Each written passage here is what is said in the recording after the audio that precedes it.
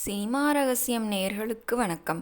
தமிழ் திரையுலகில் காதல் என்றாலே அது கண்ணதாசனின் வரிகளும் விஸ்வநாதனின் இசையும்தான். இவர்கள் இருவரும் இணைந்து பணியாற்றிய அந்த பொற்காலத்தில் ஒரு பாடல் எப்படி உருவாகும் என்பது ஒரு மிகப்பெரிய ரகசியம். பொதுவாக ஒரு இசையமைப்பாளர் மெட்டு போடுவார், அதற்கு கவிஞர் வரிகள் எழுதுவார். ஆனால் இவர்களுக்குள் இருந்த அந்த புரிதல் ஒரு தெய்வீகமான பிணைப்பு. முக்கியமான வரலாற்று பதிவுகளின்படி எம்எஸ்வி ஒரு மெட்டை முணுமுணுக்கும் போதே கண்ணதாசன் அதன் ஆன்மாவை பிடித்து விடுவார். காதலில் பிரிவா, மோதலா அல்லது சங்கமமா, எதுவாக இருந்தாலும் கண்ணதாசனின் பேனாமுனையில் இருந்து வரும் அந்த வரிகள் எம்எஸ்வியின் இசையோடு சேர்ந்து ஒரு மாயாஜாலத்தையே நிகழ்த்தும். அதை பற்றித்தான் நாம் இந்த வீடியோவில் பார்க்க போகிறோம். வீடியோவை முழுமையாக பாருங்கள். திரையுலகின் அந்த பொற்கால செய்திகளின்படி எம்எஸ்வி மற்றும் கண்ணதாசன் கூட்டணியில் வெளியான காதல் பாடல்கள் இன்றும் உலகத் தமிழர்களின் இதய துடிப்பாக இருக்கின்றன. குறிப்பாக ஜெமினி கணேசன் மற்றும் சாவித்ரி நடித்த பாசமலர் மற்றும் கற்பகம் போன்ற படங்களில் இவர்களின் பங்களிப்பு ஈடு இணையற்றது. ஒருமுறை ஒரு படத்தின் பாடலுக்காக எம்எஸ்வி ஒரு கடினமான மெட்டை போட்டு காட்டினாராம். அதற்கு கண்ணதாசன் மிகச் சாதாரணமாக ஒரு காகிதத்தில் எழுதிய வரிகள்தான்: அனுபவம், புதுமை, இளமை, இனிமை. இந்த பாடலில் வரும் அந்த சந்தங்கள் எம்எஸ்வியையே ஆச்சரியப்பட வைத்தன. வாழ்க்கையில் காதல் என்பது ஒரு முறைதான் வரும், ஆனால் கண்ணதாசனின் வரிகளில் அது ஒவ்வொரு முறையும் புதுமையாகத்தான் தெரியும் என்று எம்எஸ்வி ஒருமுறை குறிப்பிட்டிருந்தார். டி.எம். சௌந்தரராஜன் மற்றும் பி. சுசீலா ஆகியோரின் குரல்களில் இந்த பாடல்கள் ஒலிக்கும்போது அது ஒரு இசைக்கவிதையாகவே மாறியது.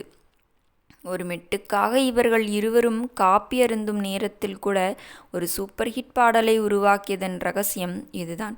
இதிலிருந்து நாம் கவனிக்க வேண்டிய மையக்கருத்து என்னவென்றால், காதல் வெறும் உணர்ச்சியாக மட்டும் பார்க்காமல் அதில் ஒரு ஆழமான தத்துவத்தை கொண்டு வருவதுதான் கண்ணதாசனின் தனி சிறப்பு. எம்எஸ்வி அந்த உணர்ச்சியை தனது இசையின் மூலம் அப்படியே ரசிகர்களிடம் கடத்தி விடுவார். உதாரணமாக, சர்வர் சுந்தரம் படத்தில் வரும் அவளுக்கென்ன அழகிய முகம் பாடலை சொல்லலாம்.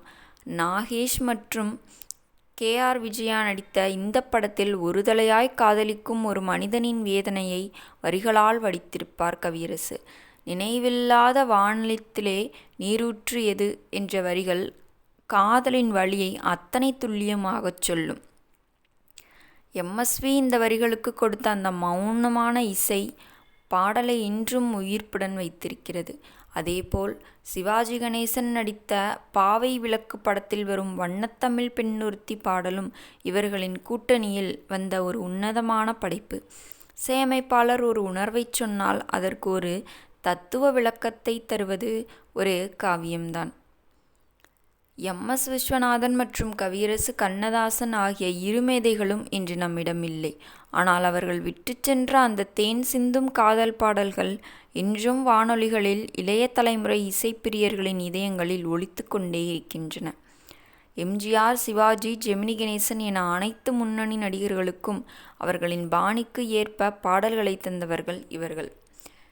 இந்த வீடியோ உங்களுக்கு பிடித்திருந்தால் மறக்காமல் சினிமா ரகசியம் சேனலை சப்ஸ்கிரைப் செய்துவிட்டு இந்த வீடியோவிற்கு ஒரு லைக் கொடுத்து விடுங்கள். நாளை சந்திக்கிறேன். நன்றி, வணக்கம்.